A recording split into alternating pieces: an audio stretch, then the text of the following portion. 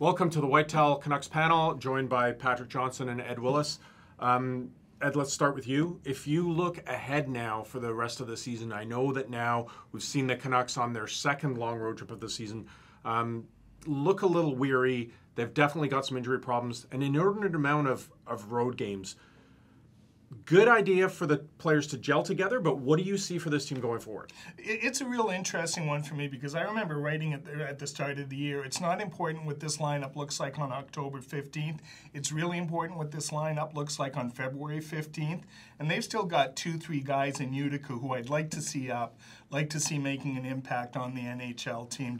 Everybody knows the name Olli, Juolevi, Jonathan Dahlen. I think they have to at least introduce those guys to the NHL and to the market. That's one thing I'm going to be looking forward to in the future. And then the other thing is, and I think we've kind of talked about this throughout the season, is the guys who are making big steps forward this year, Patterson, Virtanen, Hutton, can they sustain it over 82 games? And that really is, that's the acid test for every NHLer. It is so demanding, this schedule, where you're virtually playing every second night over the space of 6 months at a very high level against the best players in the world. And like I said, we're going to find out here if those guys are capable of doing that. So, Patrick, Patterson obviously was the big story the first part of the season. And one of the things that struck me was the kid just seemed to everything rolled off his back. He didn't, whether it was the injury, the concussion, the crowd chanting his name on the first night, he just has this so what? He didn't get carried away with it.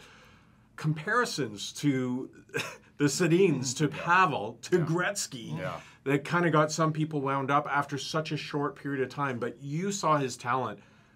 What do you think the rest of the season is going to be like for Patterson? I mean, it's still hard to forget. You won't forget that first goal. Ed was there. Ed hadn't even really seen the kid play, and he goes and picks the top corner over Mike Smith, and we still don't know how it really went in.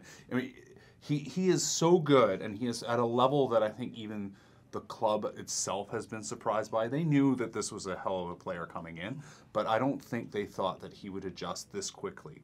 And that, it's right to say he's a rookie. It's always more difficult. The season's longer. The grind is longer. I think the fact that they're actually now, they go back on the road to California next week, but after that they'll have played 17 of their road games in the first 7 weeks of the season, and for the rest of the season they basically have half their road schedule left to spread out over that. They're going to have a lot more time at home. I think the fact that they're not going to be traveling as much is going to be really helpful for a young player like that, because he's going to get a chance to kind of sit back and say, okay, take a break, take a mental break, because that's the hardest part about the long season, is that when you're on the road, you're thinking hockey all the time. When you're at home, you're actually given a chance not to think about hockey, and that's as important, I would say, for any player as it is for us at work, right? You go home, you want to make sure you're not thinking about it, and you have a break, and I think that's going to be helpful for him. Well, if you can do that in Vancouver, especially with how comparing you to Gretzky after 10 games, that happens. Ed, I want to go back to something you were talking about in terms of what you want to see out of the rest of the season, and absolutely,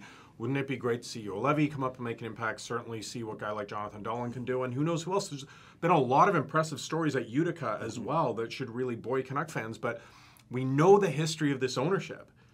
If this team is still up or near the top of the Pacific Division, are they going to afford themselves the luxury to give more youth a chance? Or is it going to be, hey, maybe we make a trade and really go for playoff revenue?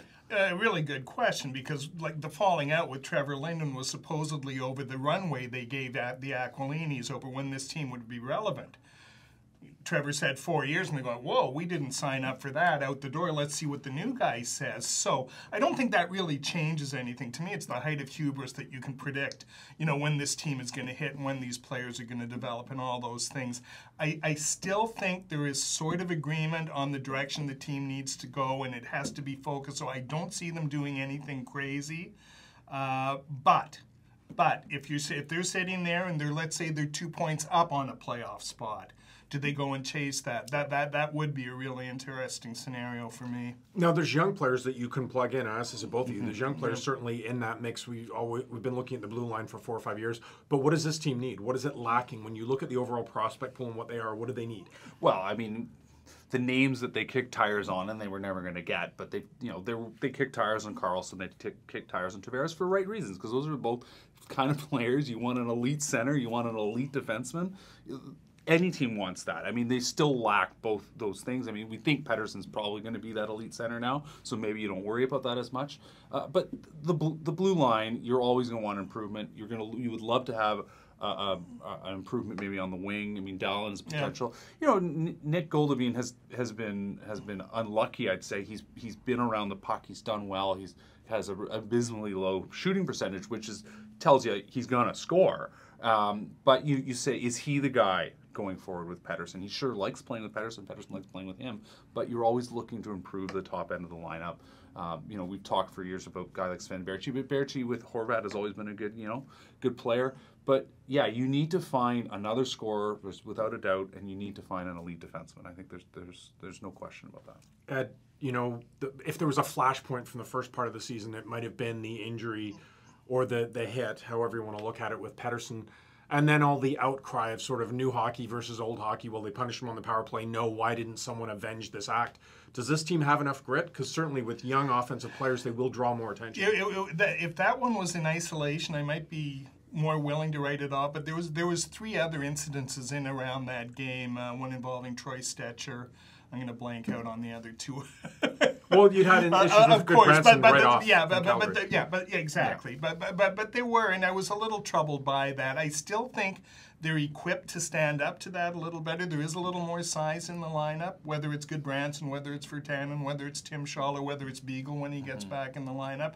I don't view that as being a problem, but I look at Patterson and the way he lit up the league in the first 10 games. There's only one way to deal with that in the traditional hockey mindset, and that's to play him hard, to play him physical. So up for the kid to adjust, up to the team to adjust to that. You know, he's got to bear some of the responsibility, but I think the team has to bear some of the responsibility for providing a work-safe environment for him. All right. Thanks, you guys. Thanks, Ed. Thanks, Patrick. We'll be providing you insight in our Canucks White Towel panel all season long.